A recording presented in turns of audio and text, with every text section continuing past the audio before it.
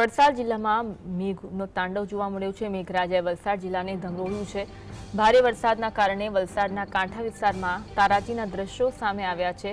40 થી 50 જેટલા ઘરમાં પતરાઓ ઉડ્યા હોવાના બનાવ બન્યા છે, જ્યારે કે ઘર વખરી સહિત ઘરોને મોટું નુકસાન થયું છે।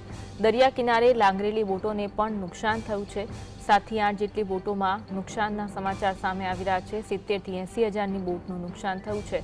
બોટોમાં નુકસાન થતા માછીમારોની આજીવિકા પર અસર થઈ। સરકાર તાત્કાલિક સહાય કરે તેવી સ્થાનિકો માંગ કરી રહ્યા છે। સૌથી મોટું નુકસાન અમારું એ થયું કે અમારી રોજીરોટી, જે માછીમારની રોજીરોટી કહેવાય, એટલે તે દરિયામાં જે અમારી હોડકી જાય ને, એ રોજીરોટી અમારી બહુ મોટી નુકસાન થઈ ગઈ। એવી 7 થી 8 બોટ જે નાની નાની ઓરકા છે એ તૂટી ગયા, તો અમારી રોજીરોટી બી છીનવાઈ ગઈ। અમારી માછીમાર લોકોની રોજીરોટી બી છીનવાઈ ગઈ। અમારું જે તંત્રની ખાલી જાણ છે, માંગ છે અમારી કે આ જે અમારું જે નુકસાન થયું ને એનું ભરપાઈ જલ્દીથી કરી આપશે।